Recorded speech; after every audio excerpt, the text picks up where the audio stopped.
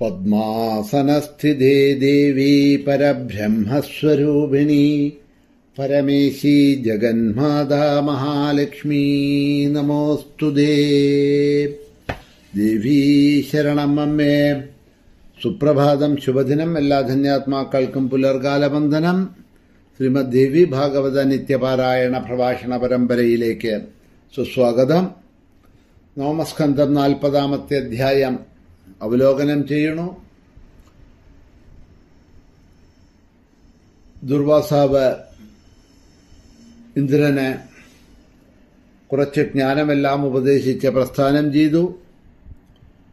രാജ്യവും തന്റെ പുരിയും നഷ്ടപ്പെട്ട ദുഃഖാർത്തനായിട്ടുള്ള ദേവേന്ദ്രൻ മന്ദാകിനി നദിയുടെ തീരത്ത് വെച്ച് ദേവഗുരുവായ ബൃഹസ്പതിയെ കാണുന്നതും അദ്ദേഹത്തിനെ നമസ്കരിക്കുന്നതും ആയ ഭാഗങ്ങളാണ് ഇന്നലെ പറഞ്ഞു നിർത്തിയത്. നമസ്കരിച്ച അദ്ദേഹം ദുർവാസാവ് തന്നെ ശപിച്ചതും അതിനുശേഷം ദുർലഭമായ ജ്ഞാനോപദേശം അദ്ദേഹത്തിൽ നിന്നും ലഭിച്ചതുമെല്ലാം ഗുരുവിനെ അറിയിച്ചു.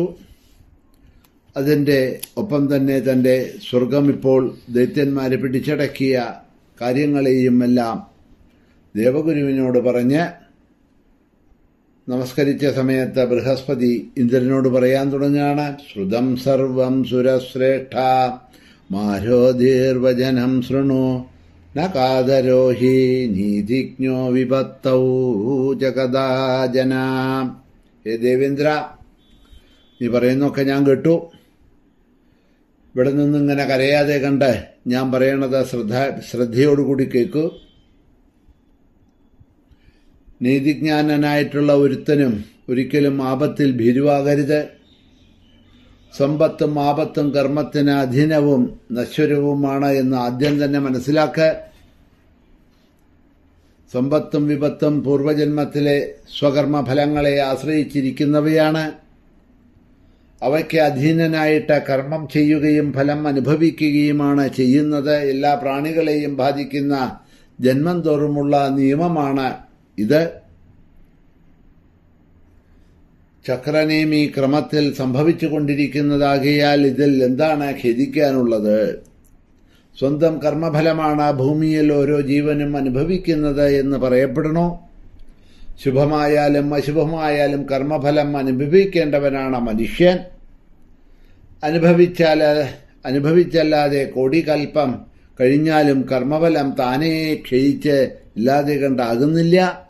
അത് അനുഭവിച്ച് നമുക്ക് തീർക്കാൻ കഴിയുള്ളൂ.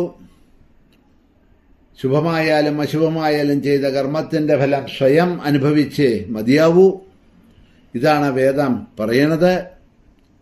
പരമാത്മാവായിട്ടുള്ള ശ്രീകൃഷ്ണൻ ബ്രഹ്മാവിനെ ഇങ്ങനെ പറഞ്ഞ് ബോധ്യപ്പെടുത്തുന്നതായിട്ട് സാമവേദത്തിൽ പറഞ്ഞിട്ടുണ്ട്.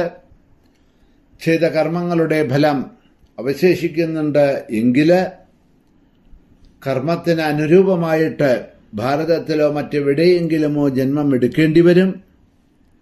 അങ്ങക്കിപ്പതാ ഈ ദുർവാസാവിന്റെ ശാപം കിട്ടിയത് കർമ്മഫലം അനുസരിച്ചാണ്. അതിനുശേഷം അദ്ദേഹത്തിൽ നിന്നും ആ ജ്ഞാനം കിട്ടിയതും കർമ്മം കൊണ്ടുതന്നെ. മഹാലക്ഷ്മിയെ ലഭിക്കുന്നത് കർമ്മം കൊണ്ടാണ്. ആ ലക്ഷ്മിയെ നഷ്ടപ്പെടുന്നതും കർമ്മം കൊണ്ടുതന്നെ എന്ന് മനസ്സിലാക്കൂ. കോടി ജന്മങ്ങളിൽ ആർജിച്ച കർമ്മങ്ങള് ജീവികളെ ഇങ്ങനെ പിന്തുടർന്നുകൊണ്ട് തന്നെ വരണു. നമ്മളുടെ ഛായ പോലെ പിന്തുടരുന്ന ഈ കർമ്മഫലങ്ങള് അനുഭവിക്കാതെ കണ്ട്, നിഴൽ പോലെ പിന്തുടരുന്ന കർമ്മഫലങ്ങള് അനുഭവിക്കാതെ കണ്ട് വിട്ടുപോവില്ല. കാലഭേദം, ദേശഭേദം, പാത്രഭേദം എന്നിവയുടെ ഭേദമനുസരിച്ച് കർമ്മഫലങ്ങൾക്കും ഏറ്റക്കുറവുകൾ ഉണ്ടാവും. ദിവസവും ദാനം ചെയ്യുന്ന വസ്തുക്കൾ ഒന്നുതന്നെയാണെങ്കിൽ ഫലവും തുല്യമായിരിക്കും. ദിവസം മാറുന്നു എങ്കിൽ, ദാനം ചെയ്യുന്ന സാധനങ്ങൾ മാറുന്നു എന്നുണ്ടെങ്കിൽ അത് തന്നെ കോടിക്കണക്കിന് എണ്ണമറ്റതോ അതിലധികമോ ഫലം നൽകിയെന്നും വരും. ഒരേ ദേശത്ത് വെച്ച് നൽകുന്ന ദാനത്തിന്റെ ഫലം തുല്യമായിരിക്കും. ദേശഭേദം കൊണ്ട് കോടിക്കണക്കിന് എണ്ണമറ്റതോ അതിലധികമോ ഫലം നൽകുന്നതും ഉണ്ട്. ഒരേ പാത്രത്തിൽ ചെയ്യുന്ന ദാനത്തിന് ഫലം തുല്യമാണ്. പക്ഷേ അത് മാറുന്നതനുസരിച്ച് അതിൻ്റെ ഫലങ്ങളും മാറിക്കൊണ്ടിരിക്കും. ഇപ്പം നമ്മൾ പല തീർത്ഥസ്ഥാനങ്ങളിലും പോകണു, അവിടെയൊക്കെ പല പല ദാനങ്ങൾ ധർമ്മങ്ങളോ ഒക്കെ ചെയ്യണു. പല വിധത്തിലുള്ള ദാനധർമ്മങ്ങൾ ചെയ്യുന്നുണ്ട്. ചിലർ അന്നദാനമാണ് ചെയ്യുന്നത്, അതാണ് ശ്രേഷ്ഠം എന്ന് പറഞ്ഞിട്ട്. ചിലർ വസ്ത്രദാനം ചെയ്യുന്നുണ്ട്. ഇപ്പം ഈ തണുവ് കാലത്തൊക്കെ ഡൽഹി മുതലായിട്ടുള്ള നോർത്ത് ഇന്ത്യൻ സൈഡിലൊക്കെ പോയ ധാരാളം പേരുണ്ടത്രേ. ഞാൻ അവരുടെ വീഡിയോ ഒക്കെ ഇതിൽ വരുന്നുണ്ട്, ഫേസ്ബുക്കിലൊക്കെ കണ്ടു. എന്താന്ന് പറഞ്ഞാൽ അവരൊരു കാറിലെ ധനികന്മാരാണ്. കാറിൻ്റെ അകത്ത് ഒരുപാട് കമ്പിളി, നല്ല ചൂട് തരുന്ന തണുപ്പ് മാറ്റുന്ന കമ്പിളി ധാരാളം മേടിച്ച് രാത്രി ഒരു 12-1 മണി കഴിഞ്ഞാൽ അവർ ആ കാറും കൊണ്ടിറങ്ങി ഇങ്ങനെ റോഡിൻ്റെ അരികിലും മരത്തിൻ്റെ അടിയിലും പാർക്കിലും ഗൃഹമൊന്നുമില്ലാതെ കണ്ട് തണുത്ത് വരച്ച് ചിലപ്പോൾ വല്ല കാലിച്ചാക്ക് അതൊക്കെ പുതച്ച് തണുപ്പ് സഹിക്കാൻ കഴിയാതെ കണ്ടിങ്ങനെ കിടക്കുന്നതായിട്ടുള്ള ആൾക്കാരൊക്കെ ധാരാളം ഉണ്ടാവും. അവരോടൊന്നും പറയാതെ ചോദിക്കാതെ ഈ കമ്പിളി കൊണ്ടുപോയി അവരെ പുതപ്പിച്ചിട്ട് പോവും. അവർ ഉറക്കം കഴിഞ്ഞ് കുറച്ചു കഴിഞ്ഞ് നോക്കുന്ന സമയത്താവും നല്ല പുതിയൊരു കമ്പിളി കൊണ്ട് ആരോധാ പുതച്ചിരിക്കണു. ആ തണുവ് അനുഭവപ്പെടാതെ കണ്ടിരുന്ന കാരണം കൊണ്ടാണ് സുഖമായിട്ടൊന്ന് ഉറങ്ങിയത് എന്ന്. അപ്പം അങ്ങനെ ദാനങ്ങൾ ചെയ്യുന്നവരുണ്ട്. ഗോദാനം, ഭൂദാനം, സ്വർണദാനം, അങ്ങനെ പല ദാനങ്ങൾ അനവധിയുണ്ട്. ദാനങ്ങളെന്നാണ് പറയണത്. അങ്ങനെ പലരും പലതും ചെയ്യുന്നുണ്ട്. ചില ധാരാളം ധനികന്മാരൊക്കെ കുറച്ച്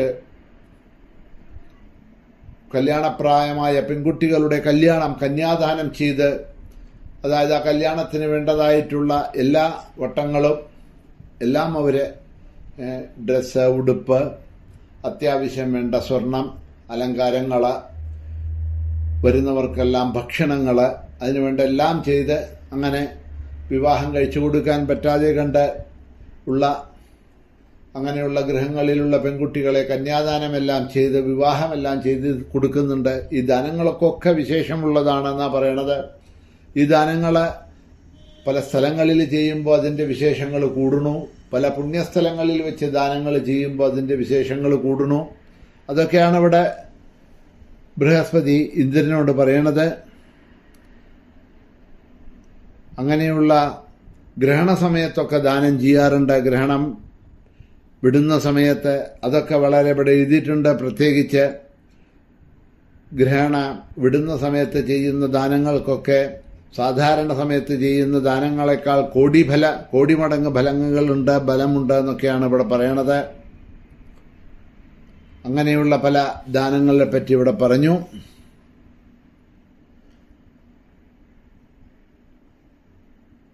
മുപ്പാരിലും 3 ലോകങ്ങളിലും വിധാതാക്കളുടെയും വിധാതാവും പാലകനും സൃഷ്ടാവിന്റെ സൃഷ്ടാവും സംഹാർത്താവിന്റെ സംഹാർത്തവും കാലനുമാണ് ഭഗവാൻ. ആ നാരായണനെ ഭജിക്കുക.